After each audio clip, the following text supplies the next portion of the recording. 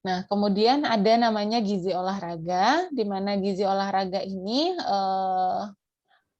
fokus untuk atlet. Menu yang disusun adalah menu-menu yang untuk atlet-atlet seperti itu. Akan berbeda nih menu yang disusun oleh gizi olahraga dan gizi dasar karena kebutuhan yang dikeluarkan juga berbeda seperti itu. Kemudian untuk gizi klinik, kalau gizi klinik sangat berbeda juga sama yang olahraga. Kalau yang gizi dasar dan olahraga ini kita membuat menu atau memelihara kesehatan dengan status gizi yang berfokus pada orang yang sehat, gitu kan, mengoptimalkan supaya dia menjadi lebih sehat. Kalau gizi olahraga ini mengoptimalkan supaya dia bisa produktif untuk melakukan kegiatannya yang berupa olahraga atau atlet atau bidang yang dia tekuni. Kalau gizi klinik adalah digunakan untuk orang yang sakit dalam upaya penyembuhan. Nah, kita sebagai administrasi kesehatan masuk di bidang mana? Bisa masuk di bidang semuanya. Bisa masuk di bidang semuanya. Kita bisa membuat sebuah kebijakan untuk yang sifatnya adalah gizi klinik, bisa juga untuk gizi dasar. Gizi dasar ini biasanya kita lebih ke arah promosi kesehatan, sama seperti gizi kesehatan masyarakat lebih ke arah promosi kesehatan untuk tindakan preventif agar bangsa kita atau masyarakat kita status gizinya menjadi optimal dan meningkat seperti itu. Gizi olahraga juga sama. Kita tunggu sebentar ya, kayaknya di tempat saya lagi azan. Sebentar.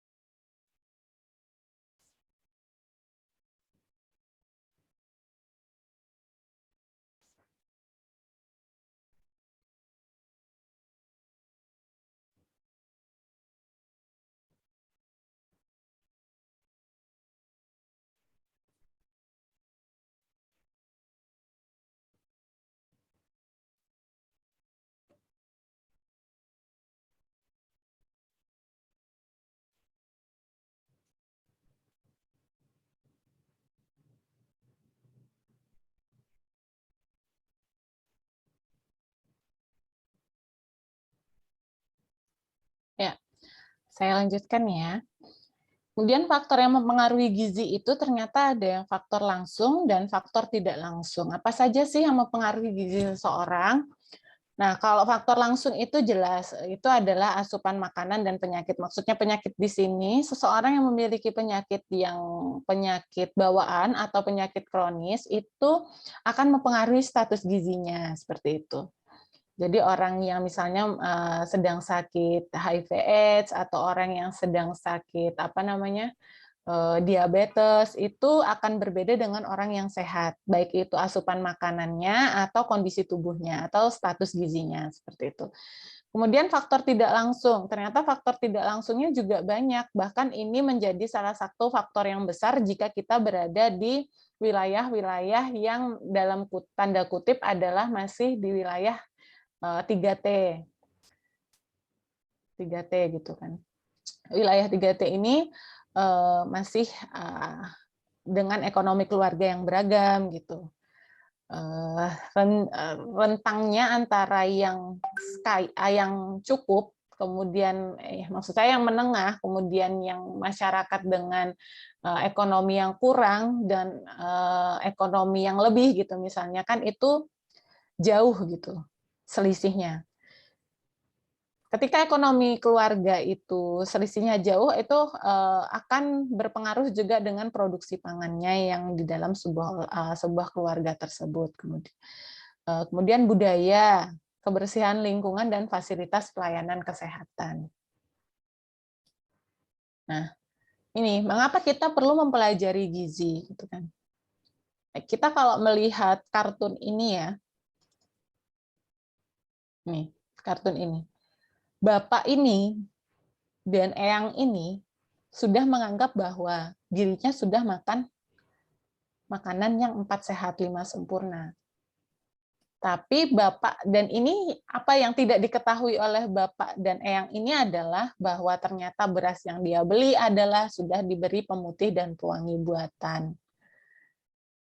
Kemudian ayamnya sudah disuntik oleh hormon. Kelihatan menuk-menuk gitu ayamnya ya, banyak daging gitu. Kemudian ikannya sudah ada yang diawetkan dengan formalin. Semangkanya ternyata disuntik dengan pewarna.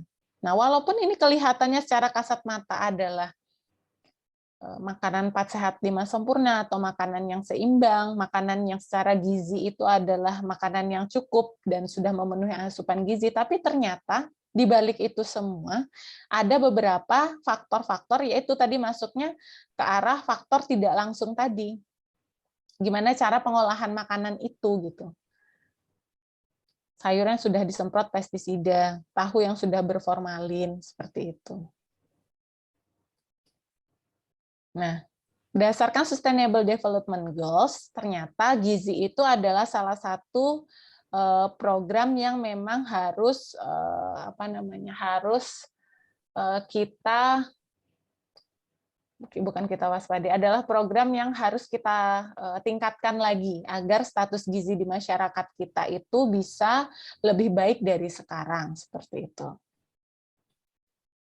Nah,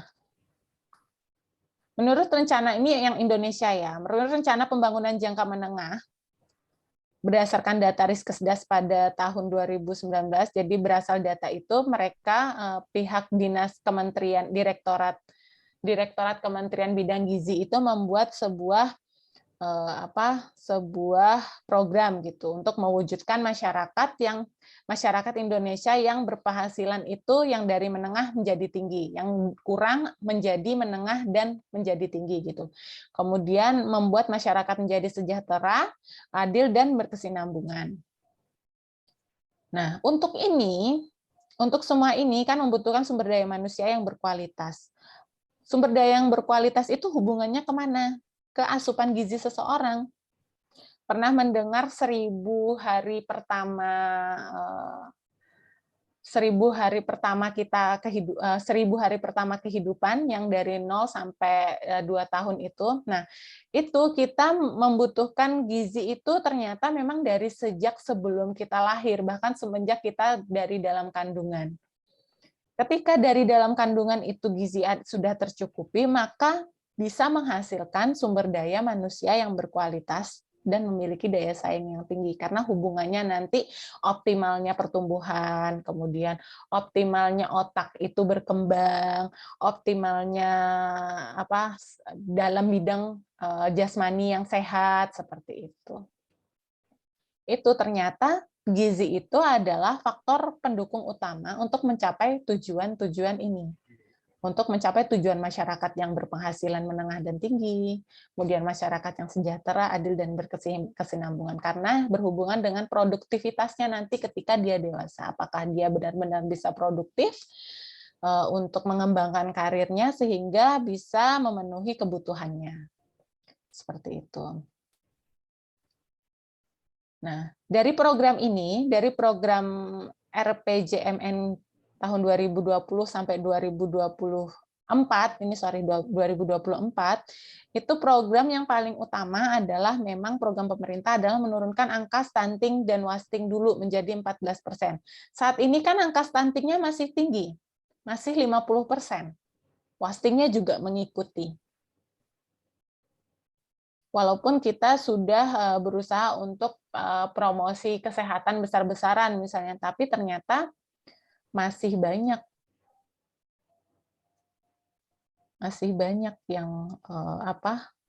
yang stunting.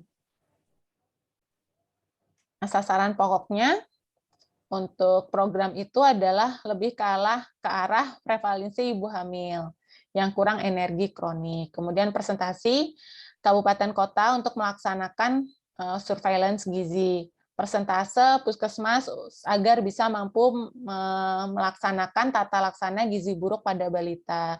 Persentase bayi usia kurang dari 6 bulan untuk mendapatkan ASI eksklusif. Ini aja nih PR besar loh.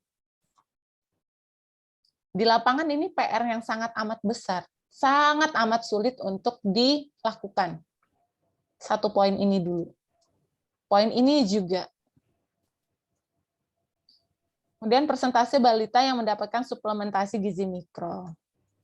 Ketika 5 ini sudah bisa tercapai targetnya, maka barulah bisa ada yang namanya status gizi yang optimal dalam sebuah masyarakat. Makanya peran penting seorang administrasi kesehatan adalah bagaimana menyusun program agar program-program dari pemerintah ini, RPJMN ini bisa terlaksana dengan baik gitu.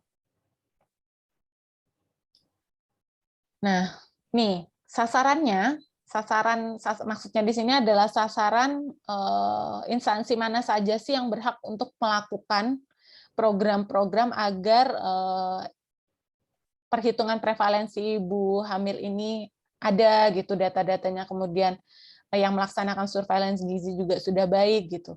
Nah, sasarannya adalah Dinas Kesehatan Provinsi, Kabupaten, dan Kota. Kemudian lintas program dan lintas sektor terkait, pemangku kepentingan di bidang pusat dan kabupaten kota, serta perencanaan dan pemeriksaan auditor. Nah, administrasi kesehatan bisa masuk di semua ranah. Alhamdulillahnya. Jadi tidak perlu takut untuk bingung ketika keluar mau kerja di mana, atau kepake nggak sih nih nanti ijazahku. Insya Allah kepake kalau memang benar-benar teman-teman mau menggeluti. Mumpung prodinya masih prodi yang baru, di mana persaingannya masih sedikit. Nah, lalu apa aja sih masalah gizi yang ada di Indonesia? Nah, ini yang terjadi sekarang di Indonesia. Stunting masih 30,8%. Wasting ini kekurangan gizi masih 10,2%. Anemia ibu hamil sangat tinggi, hampir 50%. Obesitas. Nah, ini yang namanya double burden of malnutrition, di mana ternyata masih banyak orang yang kekurangan, yang stunting, dan ternyata untuk yang angka kelebihan nutrisi juga banyak.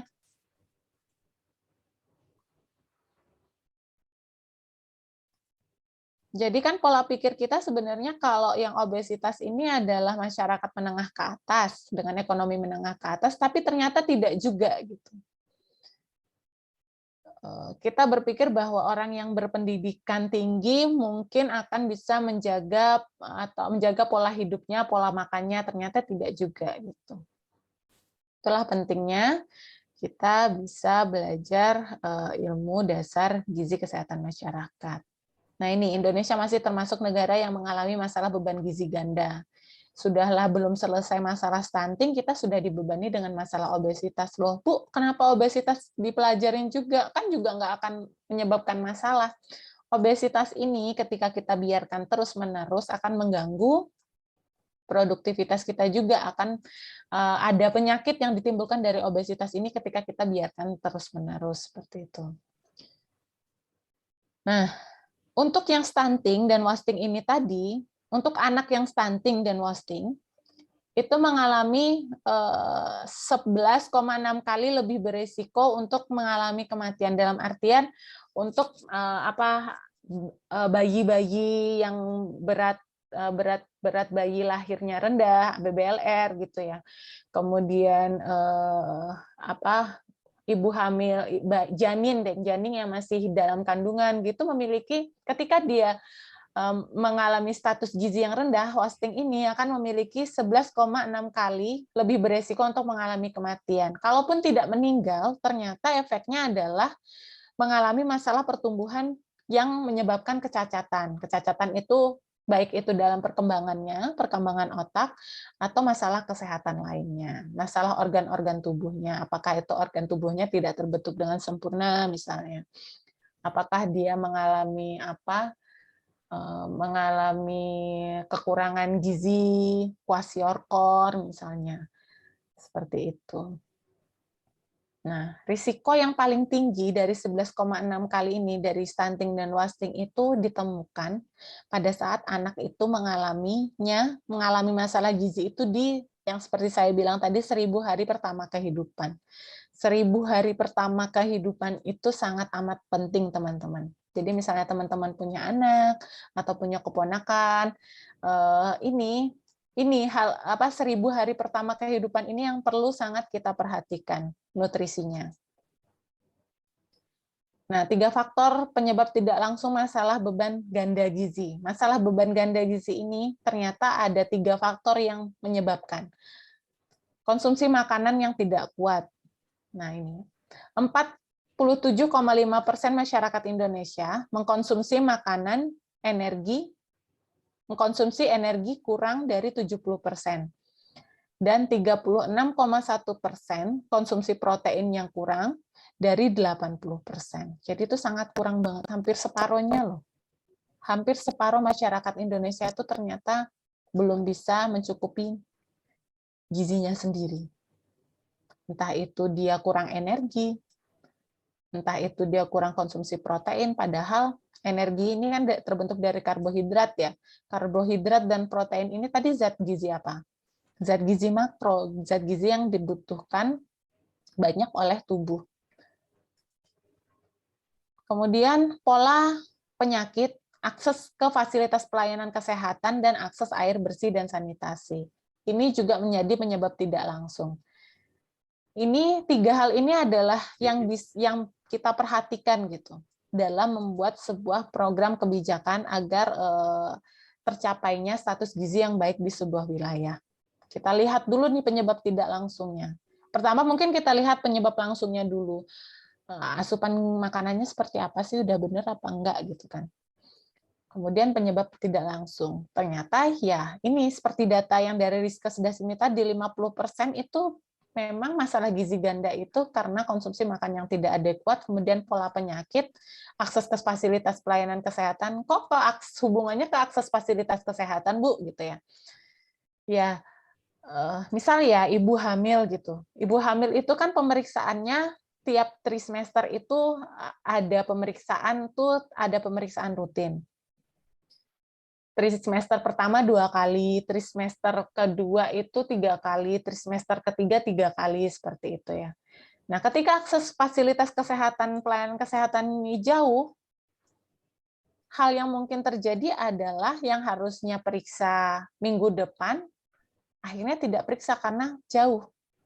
Jauh ini pun kan hubungannya nanti sama jarak ujung-ujungnya hubungannya dengan transportasi begitu ya. Iya kalau mampu, iya kalau memiliki motor, kalau tidak memiliki motor harus ngegojek atau pakai transportasi umum yang harus mengeluarkan biaya. Nah, impact-nya adalah ketika orang biasanya yang terjadi, kenapa malas ke pelayanan kesehatan untuk memeriksakan gizi dalam kandungannya misalnya gitu ya, atau gizi anaknya gitu ya.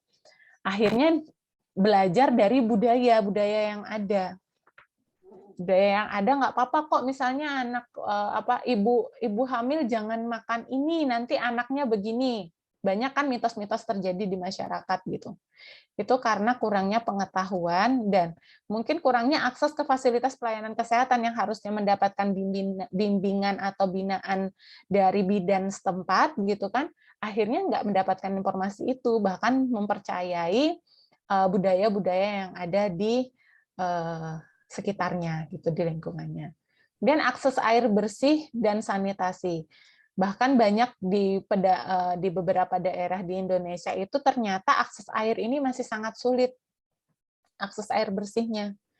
Sanitasinya juga masih sangat rendah gitu. Kemudian ada kuatnya praktik pemberian makanan pada bayi dan anak. 48% bayi di Indonesia mendapatkan makanan lebih awal dari seharusnya. Nah, ini tadi hubungannya sama informasi yang ibunya dapatkan. Pernah mendengar nggak? Anak usia 3 bulan diberi makan. Padahal kan harusnya harusnya kan bayi itu diberi makan setelah usia 6 bulan. Usia 0 sampai 6 bulan bayi diberi ASI eksklusif gitu. Nah, ini banyak terjadi di daerah-daerah bahwa di Indonesia itu kalau mbah-mbah kita zaman dulu misalnya anak nangis gitu, lapar itu dikasih makan gitu kan. Padahal kan anak nangis itu faktornya banyak. Apakah dia kepanasan kah? Dia tidak nyaman dengan lingkungannya yang bising misalnya. Dia tidak nyaman dengan kehadiran orang yang asing gitu kan. Bayi itu kan sensitif. Jadi ketika menangis itu bukan berarti lapar, tapi pelajaran dari ibu-ibu kita zaman dulu itu kalau dikasih makan nanti bayinya bisa diem kok. Nah, ini produk-produk yang seperti ini yang mungkin kita yang tahu juga bisa saling mengingatkan seperti itu.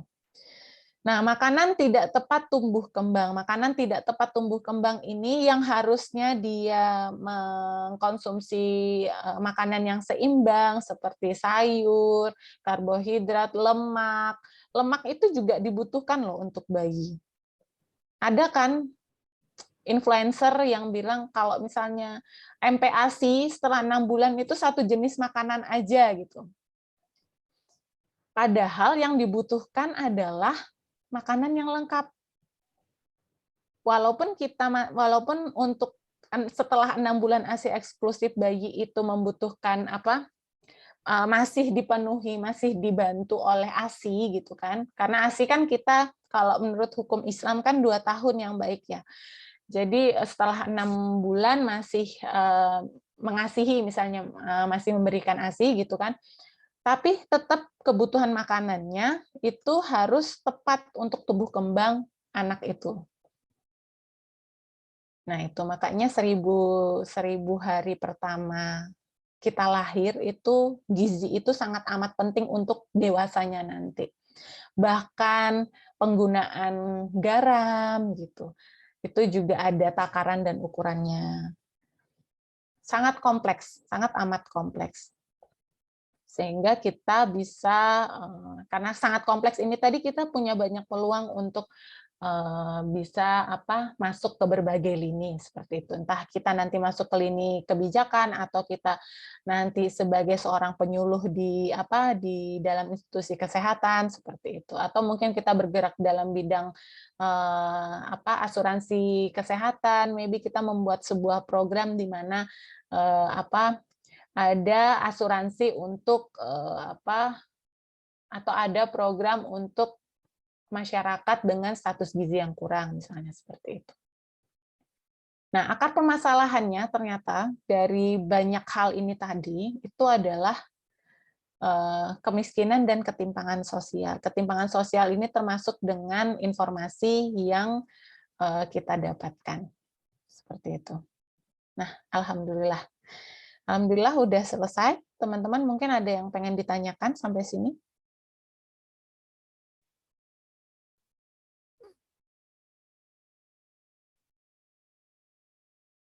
Monggo. Saya juga tadi ada memasukkan materi, karena ini mungkin sambil dibaca ya, untuk pengantar ilmu gizi. ini rencana aksi kegiatan Direktorat Gizi Kesehatan Masyarakat. Ini banyak sekali informasi yang bisa kita dapatkan di sini buat teman-teman juga. Jadi harap nanti teman-teman bisa membaca. Memang agak sedikit banyak ya teman-teman materinya untuk gizi karena harapan saya untuk dasar. Memang kalau gizinya adalah hal yang penting dalam sebuah kehidupan kita. Maybe walaupun kita tidak bekerja di institusi kesehatan, ini juga sebagai bahan sumber informasi buat kita gitu. Mungkin nanti ketika kita punya anak atau seperti Mbak Lilis kan sedang merawat anak yang berkebutuhan khusus gitu ya. Informasi-informasi ini bisa kita aplikasikan gitu karena ini berupa pengetahuan umum kok. Pengetahuan umum bisa kita share juga ke orang lain gitu kan, ilmunya insya Allah nggak putus di kita aja gitu. Untuk pengetahuan kita. Mungkin sampai sini ada yang pengen ditanyakan, teman-teman? Ini ada video learning, monggo nanti bisa dipelajarin.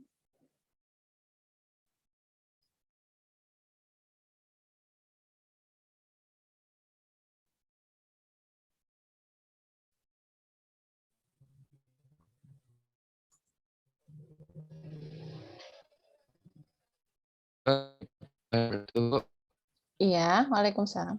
Mas Gagit ya? Putus-putus Mas suaranya. Ya, di sini ini mati lampu jadi kameranya jadi ya. Iya, nggak apa-apa Mas. Off cam nggak apa-apa. Ya, sinyalnya juga agak gangguan lah itu. Iya. Kedengaran Bu ya? Iya, kedengaran. Saya ingin nanya kan nih, bisa nggak seseorang itu mengalami gangguan gizi walaupun seseorang itu terlihat baik-baik saja, seperti saya atau kawan-kawannya lain. Dia nggak badannya nggak terlalu berat atau bisa seseorang itu mengalami Gimana Mas? Maaf, putus-putus suaranya. Halo. Bisa nggak seseorang itu? Yang saya dengar adalah bisa nggak kita yang terlihat baik-baik saja mengalami gangguan gizi seperti itu ya? Ya, Bu. Walaupun nggak kelihatan gemuk atau kurus. Ya. Gemuk itu juga salah satu gemuk itu juga harus kita hitung Mas. Kalau ketika body mass index-nya itu ternyata melebihi 22,5 gitu kan, lingkar pinggang dan lingkar dada itu lebih gitu, itu masuknya status gizi obesitas. Status gizi yang tidak optimal gitu, bukan status gizi buruk ya, tapi yang tidak optimal. Kalau optimal itu kan yang seimbang. Maaf ya. Kalau yang optimal itu kan yang seimbang gitu. Jadi ketika dia ternyata gemuk, bisa jadi memang status gizinya tidak baik-baik saja. Atau bahkan kita yang baik-baik saja. Kita yang baik-baik saja gitu ya. Kalau kita baik-baik saja nanti kalau pengukuran status gizi itu kan banyak sekali faktornya, banyak variabelnya gitu. Nanti berat badan diukur dengan tinggi badan untuk body mass index, kemudian konsumsi makanan yang kita konsumsi setiap hari gitu, walaupun berat badannya ternyata ideal, tapi ternyata konsumsi yang kita makan tidak seimbang. Mungkin lebih banyak seratnya dibandingkan karbohidratnya. Orang yang terlalu banyak makan serat itu menyebabkan kerontokan rambut. Ketika ada sesuatu hal dalam tubuh kita yang ternyata yang harusnya rambut tidak rontok, kemudian kulit tidak kering gitu, walaupun berat badan kita ideal nih, itu juga bisa dikatakan bahwa status gizinya tidak baik-baik saja. Begitu Mas Gagit. Jadi memang harus ada pengukurannya tersendiri. Pengukurannya nanti dipelajari pada pertemuan, sebentar saya cek. Saya back lagi ya. Kalau nggak salah tuh pertemuan 5 apa 6 gitu ya. Nah ini. Oh, 7. 6 dan 7. Angka kecukupan gizi, penilaian status gizi secara langsung. Penilaian status gizi secara langsung ini nggak cuma menilai antropometri, berat badan kita, tinggi badan kita, lingkar pinggang, gitu, nggak lingkar kepala, nggak cuma gitu, tapi juga sampai detail ke makanan yang kita konsumsi. Misalnya, kita mengkonsumsi setengah gelas nasi, gitu. Apakah itu sudah mencukupin kalori kita dalam tubuh kita, gitu kan? Nanti diukur sedetail itu. Nah, itu. Jadi pengukuran status gizi seseorang tuh kalau secara kasat mata intinya nggak bisa dilihat bahwa dia tuh status gizinya baik gitu. Bisa jadi dia ada beberapa hal yang mungkin konsumsi atau pola makannya tidak seimbang sehingga menyebabkan kontraindikasi yang lain gitu. Seperti mungkinnya tadi yang saya bilang mata merah gitu kan juga salah satu pengukuran gizi kita yang status gizi kita itu tidak optimal gitu. Begitu Mas Kekit. Maybe ada yang lain mungkin? Jadi ada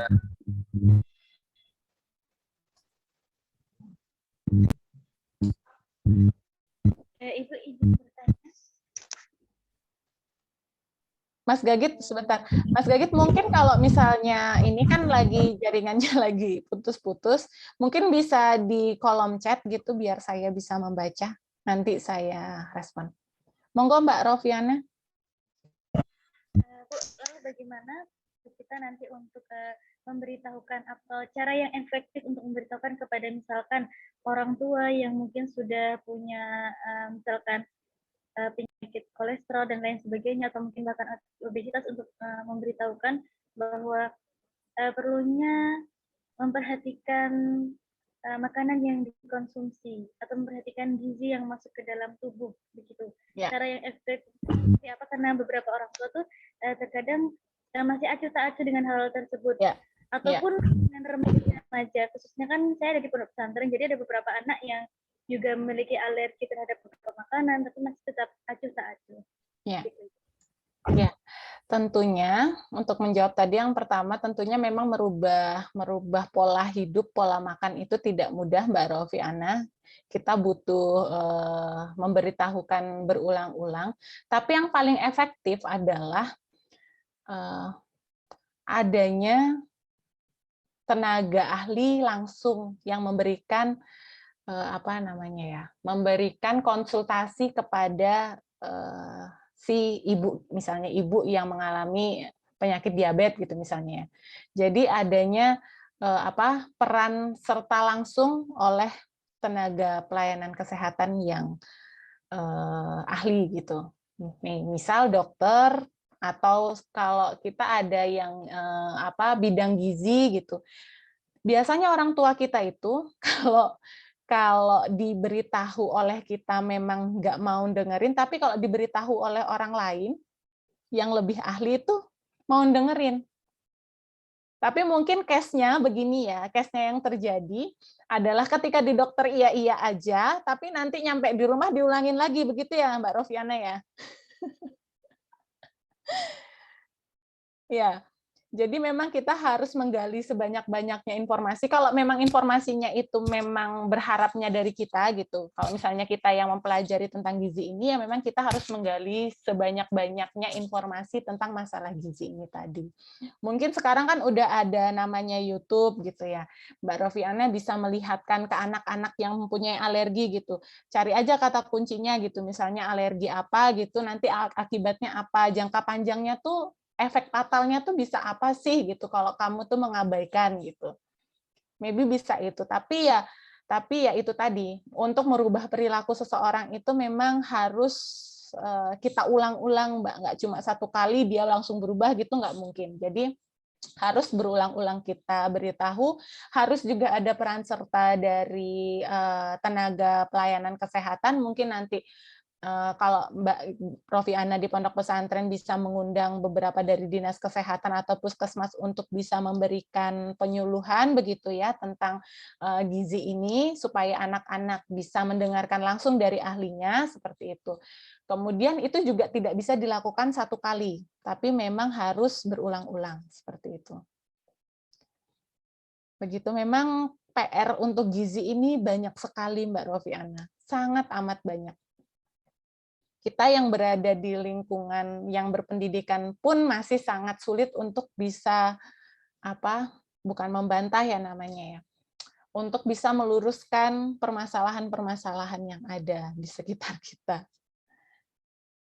Seperti kayak orang misal ya, pernah dengar nggak kalau habis melahirkan gitu, kebetulan karena saya perempuan ya, jadi mungkin yang dibahas topik perempuan, habis melahirkan atau habis operasi nggak boleh makan yang amis-amis, nanti jahitannya nanti jahitannya nggak sempurna, bau amis atau gimana gitu ya. Nah, yang perlu kita berikan edukasi kepada orang yang mengatakan itu adalah ya bahwa sebenarnya kandungan dari ikan itu sendiri itu adalah hal yang bisa membantu proses penyembuhan jahitan itu sendiri gitu. Nah, itu. Jadi peran kita memang, kalau memang informasinya, harapannya dari kita adalah kita menggali sebanyak-banyaknya informasi, karena itu tadi kita membutuhkan ilmu dan seni larinya, kita lari ke sana lagi, ilmu dan seni bagaimana bisa menyadarkan si A agar si A ini bisa berubah. Seperti itu Mbak Rofiana. Semoga bisa menjawab. Baik, terima kasih Ibu. Ya. Yang lain, monggo. Nanti sebenarnya seputar mitos itu akan dipelajari pada pertemuan setelah mid kayaknya. Setelah mid semester. Ini biasanya di sini seputar mitos semua nih isinya. Jadi monggo nanti teman-teman bisa fokus belajar di sini karena ini memang informasi yang saya rasa tidak mengawang-awang teorinya, karena di kehidupan kita sehari-hari pun kita melaksanakan ini seperti itu. Kalau memang nanti misalnya butuh kita Zoom, monggo juga teman-teman bisa menentukan waktunya kapan gitu kan. Misalnya pengen penjelasan yang atau membutuhkan sharing pendapat dan diskusi gitu kan, kita bisa sama-sama belajar. Seperti itu. Mungkin ada yang lain? Lagi satu pertanyaan deh. Sebelum kita akhiri. Saya capture dulu ya.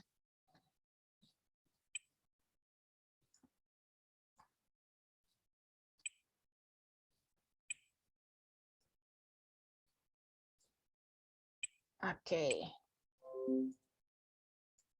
Monggo teman-teman, jika ada yang pengen ditanyakan. Besok hari Jumat ya, hari Jumat mata kuliah bahasa Inggris. Kemarin yang bahasa Inggris sudah ini semua berarti. Sudah absensi semua. Berarti kalau bahasa Inggris teman-teman ini pertemuan pertama apa pertemuan keberapa? Pertama, Bu. Oh, pertama ya. Kedua ya? Kedua apa pertama ya kemarin? Lupa. Di LMS-nya sudah kelihatan semua bahasa Inggris ya? Sudah Ibu. Kemarin Udah. pertama, yang kedua. Oh, yang kedua. Oh, berarti ini yang kedua ya? Absensi nggak ada masalah ya kalau yang bahasa Inggris ya?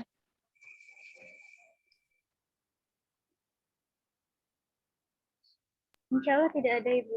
Ya. Saya pribadi. Alhamdulillah.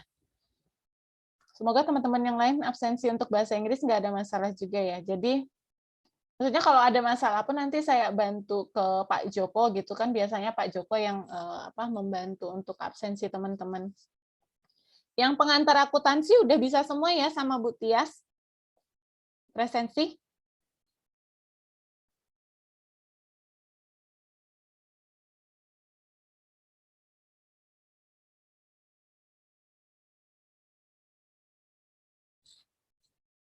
Monggo kalau misalnya ada yang pengen ditanyakan untuk ini, untuk apa hari ini.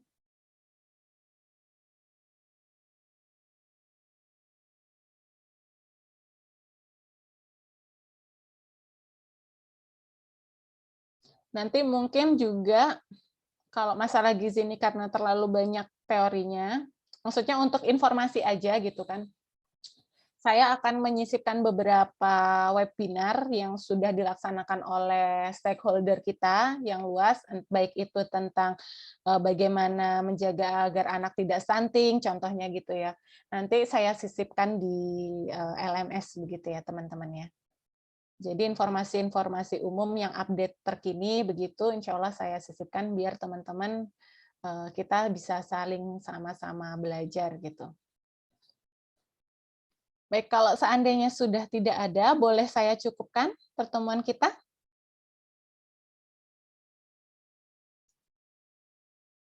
Dari Bapak-Bapak boleh ya? Dari Mas-Mas? Boleh saya cukupkan ya? Atau masih ada yang pengen ditanyakan? Atau nanti kalau misalnya ada pertanyaan dilanjut di grup WA begitu, nggak apa-apa? Ya, Bu. Ya.